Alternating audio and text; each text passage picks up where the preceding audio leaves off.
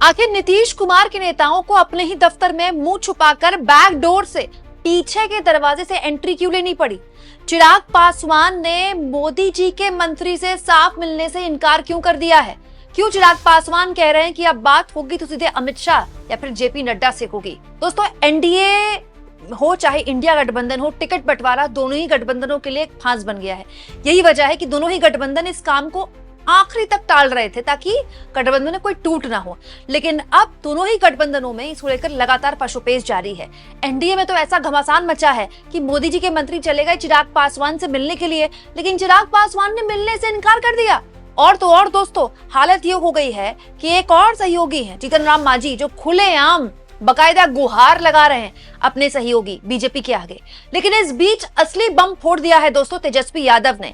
NDA के अंदर कैसे मची है भीतरघात और कैसे जेडीयू के नेताओं को अपने ही दफ्तर में मुंह छुपाकर बैकडोर एंट्री लेनी पड़ी, पीछे के दरवाजे से एंट्री लेनी पड़ी, ये मैं आगे आपको बताऊंगी। लेकिन इस वक्त बिहार में एक बहुत बड़ी, बिहार से बड़ी खबर निकल कर आई है दोस्तों। और अगर इस एक नारे या फिर इस एक ऐलान के साथ बिहार के चुनाव में तब्दीली देखने को मिली तो आप यकीन मानिए देश की पूरी राजनीति बदल जाएगी। दोस्तों, एनडीए को यह लगता था कि 10,000 रुपए महिलाओं के खातों में डालकर वो एक मास्टर स्ट्रोक चल रही है, लेकिन उससे बड़ा मास्टर स्ट्रोक चल दिया है दोस्तों तेजस्वी यादव ने। तेजस्वी यादव ने साफ तौर पर कह दिया कि मात्र 20 दिन के अंदर अगर उनकी सरकार बनती है तो अधिनियम बनाया जाएगा और 20 महीने में बिहार के एक घर में, माइंड इट, एक घर में सरकारी नौकरी दी जाएगी। मतलब अनिवार्य रूप से तेजस्वी यादव ये कह रहे हैं कि वो हर एक घर में सरकारी नौकरी देंगे जिस घर में सरकारी नौकरी नहीं है। याद रखिए दोस्तों, बिहार उन राज्यों में से है जहां सबसे ज्यादा पलायन होता है, जहां सबसे ज्यादा बेरोजगारी है और जहां सरकारी नौकरियों का हद से ज्यादा क्रेज है। हालांकि वो तो पूरे देश में ही क्रेज है, लेकिन यूपी बिहार के हमारे एक नौजवानों की बहुत बड़ी संख्या है जो दिल्ली के मुखर्जी नगर में हो या फिर देश के अलग अलग हिस्सों में अपनी पूरी जवानी खपा देते हैं एक अदद सरकारी नौकरी के लिए। वहां ठीक चुनाव में तेजस्वी यादव ने पूरा का पूरा चुनावी मौसम बदल दिया है, ये कहते हुए कि हमारी सरकार आई तो हम हर घर में एक सरकारी नौकरी देंगे। और ये कोई जुमला नहीं है, हमारे पास बकायदा ऐसा करने के लिए पूरा मैकेनिज्म तैयार है, हमने पूरा होमवर्क कर लिया है। आप जानते हैं कोई प्रमाण देने की जरूरत नहीं है। और ये जो हम घोषणा जो कर रहे हैं, बहुत लोगों का सवाल होगा कैसे होगा, कब होगा, क्या तरीका है। ये सवाल उस समय भी पूछा गया था 20 में, और उस समय भी हमने कहा था कि ये साइंटिफिक रूप से हम लोगों ने अध्ययन किया है।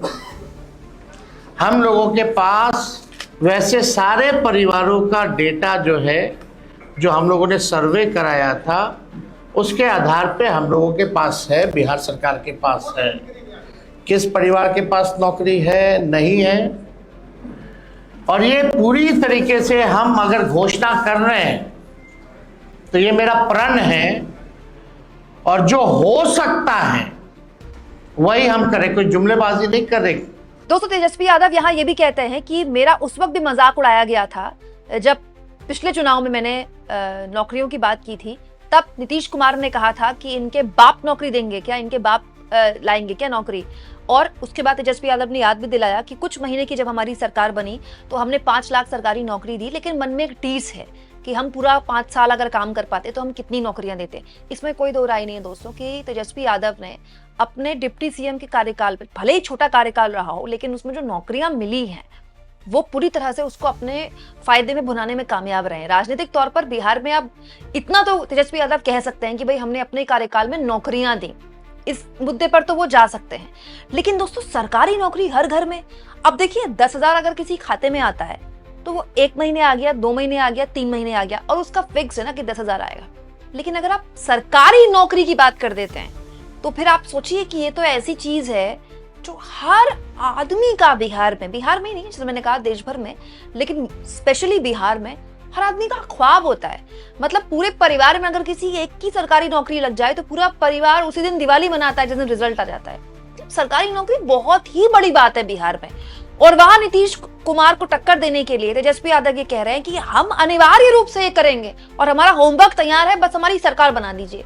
वहीं दूसरी ओर दोस्तों, एनडीए में क्या हो रहा है? एनडीए में ये हालत है कि एनडीए के नेताओं को अपनी ही पार्टी में अंदर दाखिल होने के लिए मुंह छुपाना पड़ रहा है।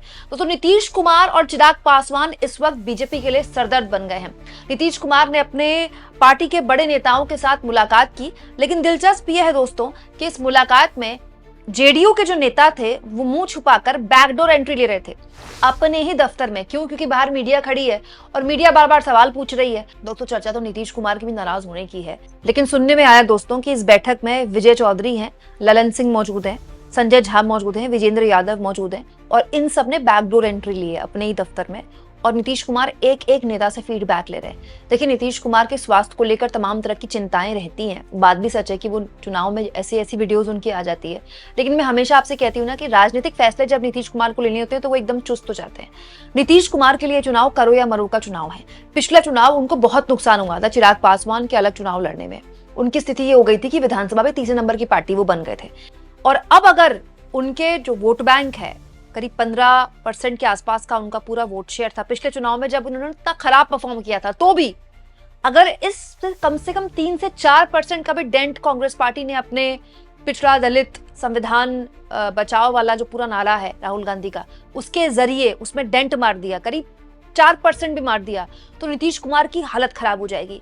बहुत से लोग ये मानते हैं दोस्तों कि बीजेपी तो चाहती है नीतीश कुमार कमजोर हो, बिल्कुल सही बात है, लेकिन बीजेपी को भी नुकसान होगा अगर नीतीश कुमार कमजोर हुए तो, क्योंकि नीतीश कुमार का विकल्प अभी तक बीजेपी के पास नहीं है। होता तो उसने खड़ा कर दिया होता। सम्राट चौधरी पर काफी इन्वेस्ट करने की कोशिश बीजेपी ने की, लेकिन सम्राट चौधरी का तो जीना हराम कर रखा है पीके ने आजकल। इसके अलावा दोस्तों चिराग पासवान की तो क्या ही कहने। चिराग पासवान से मिलने गए दोस्तों नित्यानंद राय, मोदी जी के मंत्री, लेकिन नित्यानंद राय उनकी माताजी से मिलकर आ गए। चिराग पासवान ने उनसे मिलने तक से इनकार कर दिया है। सुनने में यह आ रहा है दोस्तों कि चिराग पासवान की तरफ से साफ मैसेज आ चुका है कि अब तो अमित शाह या फिर जेपी नड्डा से ही बात होगी। दरअसल दोस्तों चिराग पासवान कुछ सीटों को लेकर यहाँ पर उन्होंने पेंच फंसा दिया है। वो सीटें जेडीयू लॉक करके बैठी है, जैसे दोस्तों महनार सीट है, मटिहानी सीट है, चकई सीट है। ये कुछ सीटें हैं जहां पर जेडीयू में वर्तमान में उनके विधायक हैं, जेडीयू के विधायक हैं, लेकिन चिराग पासवान ने ये सीटें लॉक कर दी। वो किसी भी हाल में इन सीटों को छोड़ने को तैयार नहीं है और चिराग पासवान के लिए बोलने के लिए भी है भाई हमारा स्ट्राइक रेट 100% रहा। जितनी सीटें लोकसभा चुनाव में चिराग पासवान को मिली वो जीत गए। और चिराग पासवान ये भी कह रहे हैं कि भाई हमने 2020 से अपमान झेल रहे हैं, अकेले चुनाव लड़ा, आपके हनुमान बने, उसके बाद हमारी पार्टी कैसे हमारे चाचा द्वारा हमसे छीनी गई। वो अलग बात है कि चिराग पासवान समय बदलता है नेता का, तो फिर अब वो केंद्र में मंत्री हैं, लेकिन वो भी समझ रहे हैं, चिराग भी समझ रहे हैं कि ये उनके लिए करो या मरो की स्थिति है।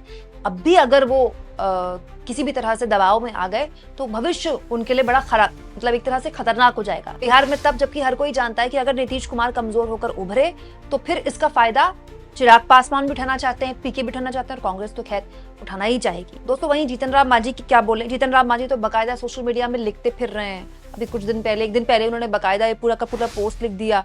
बार बार वो कह रहे हैं कि मन मुताबिक सीटें हमको चाहिए ही चाहिए, क्योंकि हमको दर्जा प्राप्त सीटें लेकर अपनी पार्टी दर्जा प्राप्त पार्टी बनानी है और हमको नहीं मिली तो, हालांकि वो ये नहीं कह रहे हैं कि वो एनडीए से अलग होंगे, लेकिन वो अपनी शर्त ऑन एयर बता चुके हैं कि हमको 15 सीटें चाहिए।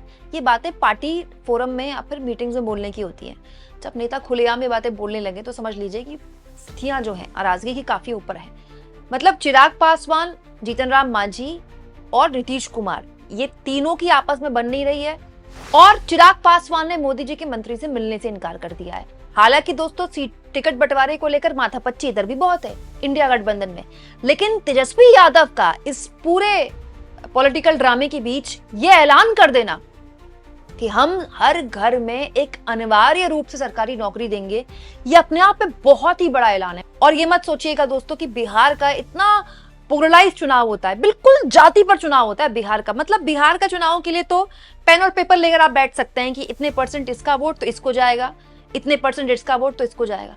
उस चुनाव में भी तेजस्वी यादव ने नौकरियों को मुद्दा बनाने में वो कामयाब हुए थे, इतना कि बीजेपी को ठीक चुनाव से पहले कहना पड़ा कि हमारी सरकार आएगी तो हम 19 लाख रोजगार देंगे। वो कितना मिला वो बीजेपी खैर जवाब खुद दे, लेकिन अभी पूर्णिया मोदी जी गए थे तो उन्होंने कहा था हम 1 करोड़ रोजगार देंगे अगर अगले 5 साल हमारी सरकार आ जाती है तो। दोस्तों ये बात क्यों करनी पड़ रही है? बीजेपी नौकरियों पर बात कर रही है, क्यों कर रही है? वो समझ रही है कि नौकरी एक मुद्दा है, एक बहुत बड़ा मुद्दा है नौकरी, इसको कोई भी इग्नोर नहीं कर सकता। और तेजस्वी यादव ने इतने घोर जाति वाले चुनाव को नौकरियों में तब्दील करके एक चीज स्थापित की है कि आप बिहार में नौकरियों के नाम पर चुनाव जीत सकते हैं। तो अब अगर आप इतना बड़ा ऐलान कर देते हैं कि हर घर में एक सरकारी नौकरी, तो फिर ये हर लिहाज से 10,000 रुपए जो एनडीए ने दिए हैं, लोगों के खातों में डाले, उससे कहीं बड़ा ऐलान है भाई। सरकारी नौकरी बहुत ज्यादा बड़ी बात है बिहार में। आप इस मुद्दे पर क्या सोचते हैं दोस्तों? कमेंट बॉक्स में जरूर लिखें और जितना हो सके चैनल को शेयर भी करें और सब्सक्राइब भी।